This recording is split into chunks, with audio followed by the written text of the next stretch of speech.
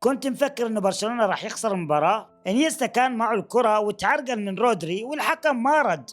ميسي كمان تعرقل بعد ما استلم الكرة، وهالمرة الحكم احتسب ضربة حرة، وهي آخر فرصة لبرشلونة في آخر المباراة. ميسي بيتقدم ليسدد الضربة الحرة. كان الخصم كثير حذر لدرجة انهم حاطوا حائط من 7 لاعبين عشان يساعدوا الحارس يسكر الجهة اليمنى من المرمى. السبب انه الخصم توقع انه ميسي غالبا راح يسدد كرة ملتفة باتجاه يمين المرمى، مع انه الحارس ركز على انه يدافع على الجهه الشمال من المرمى، بس برضه كان مقتنع بعقله انه ميسي ممكن يستهدف الجهه اليمين. لغه جسد ميسي بلحظه التسديد كانت واضحه فعلا انه مستهدف الجهه اليمين من المرمى، وهنا كانت كل الخدعه. الحارس تحرك باتجاه الجهه اليمين. باللحظه اللي لمس فيها الكره ميسي لف كاحله بام بالشباك باتجاه الشمال من المرمى.